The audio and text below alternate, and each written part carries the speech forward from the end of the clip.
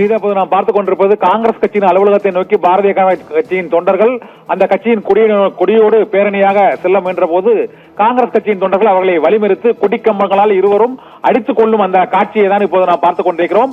இந்த காட்சிக்கும் பதற்றத்திற்கும் காரணம் நேற்று பீகார் மாநிலத்தின் தலைநகர் பாட்னாவில் வாக்காளர் உரிமை யாத்திரை தொடங்குவதற்கு முன்பாக அங்கு பேசிய காங்கிரஸ் தொண்டர் ஒருவர் பிரதமர் நரேந்திர மோடி குறித்தும் அவரது தாயார் குறித்தும் அவர் அவதூறாக பேசியதாக குற்றச்சாட்டு எழுந்தது. இது தொடர்பாக பாட்னா காவல் நிலையத்தில் வழக்கும் பதிவு செய்யப்பட்டு அந்த நபரும் கைது செய்யப்பட்டிருக்கிறார். பேசிய நபரிடமிருந்து மைக்கை பறித்த காங்கிரஸ் தொண்டர்கள் அவதூறாக பேசுவதற்கு காங்கிரஸ் தொண்டர்களே எதிர்ப்பு தெரிவித்ததாகவும் அந்த தர்பங்கா மாவட்ட காங்கிரஸ் தலைவர் அதற்கு பகிரங்க மன்னிப்பும் கேட்டுவிட்டதாக கூறப்படுகிறது. இந்த சூழ்நிலையில் தான் காங்கிரஸ் கட்சியின் தொண்டர்கள் பாட்னாவில் உள்ள காங்கிரஸ் கட்சி பாஜகவின் தொண்டர்கள் கொடியுடன் காங்கிரஸ் கட்சியின் அலுவலகத்துக்குள் கேட்டை உடைத்து உள்ளே பேரணியாக செல்ல முயன்ற போது அவர்களை எதிர்த்து காங்கிரஸ் கட்சியின் தொண்டர்களும் தாக்குதல் நடத்தியதால் அங்கு பதட்டமான சூழ்நிலை ஏற்பட்டது.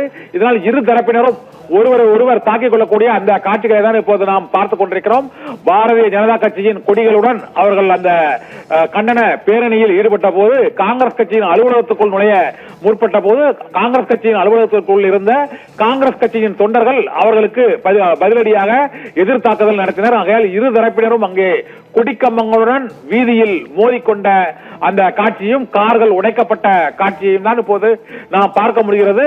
இந்த வன்முறை மற்றும் கலவரத்திற்கு காரணமாக பாரதிய ஜனதா கட்சியின் தொண்டர்கள் அங்கு திடீரென தர்ணா போராட்டத்தில் ஈடுபட்டு பாட்னாவில் உள்ள காங்கிரஸ் கட்சியின் தலைமை அலுவலகத்திற்கு உள்ளேயே செல்ல முயன்றதால் இரண்டு கட்சியின் தொண்டர்களுக்கும் இடையே அந்த மோதல் ஏற்பட்டதாக கூறப்படுகிறது. உடனடியாக காவல்துறையினர் அவர்களை தடியடி பிரயோகம் நடத்தி இரு தரப்பினரையும் கலைத்திருக்கிறார்கள்.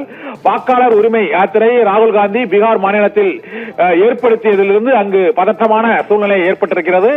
அங்கு வாக்காளர்களின் 65 லட்சம் வாக்காளர்கள் நீக்கப்பட்ட விவகாரம் தொடர்பாக அங்கு ராகுல் காந்தி அனைத்து மாநில இந்தியா கூட்டணி கட்சிகளைச் சேர்ந்த முதலமைச்சர்களோடு அங்கு பேரணி நடத்தி வரக்கூடிய நிலையில் அந்த பேரணியை குலைக்கும் செயலில் பாஜகவினர் ஈடுபட்டு வருகிறார்கள் என்று காங்கிரஸ் தரப்பில் குற்றம் சாட்டப்பட்டிருக்கிறது. ஏற்கனவே அங்கு 3 தீவிரவாதிகள் ஊடுருவி விட்டதாகவும் பாரதிய ஜனதா கட்சி தரப்பில் தெரிவித்ததற்கும் காங்கிரஸ் கட்சி கடுமையான கண்டனத்தை தெரிவித்தது. ராகுல் காந்தியின் வாக்காளர் உரிமை யாத்திரையை சீர்குலைப்பதற்காகவே இத்தகைய வதந்திகள், பிரச்சனைகள், வன்முறைகள், புகார்கள் மற்றும் எதிர்ப்பு போராட்டங்கள் தொடர்ந்து நடைபெற்று வருவதாக அங்கு ராஷ்டிரிய ஜனதா தள கட்சியினரும் காங்கிரஸ் கட்சியினரும் பாரதிய ஜனதா கட்சியின் மீது குற்றம் சாட்டியிருக்கிறார்கள். வன்முறை மற்றும் கலவரத்தின் மூலமாக வரும் தேர்தலில் வெற்றியை ஈட்டிவிட முடியாது என்றும் இந்தியா கூட்டணி கட்சி தலைவர்கள் பீகார் மாநில அரசியலை கருத்தில் கொண்டு கண்டனங்களை பதிவு செய்து வருகிறார்கள். இருந்த போதிலும் இந்த பிரச்சனை தொடர்பாக தொடர்ந்து காவல் நிலையத்தில் புகார் தெரிவித்து அந்த அவதூறாக பேசிய நபர் கைது செய்யப்பட்டு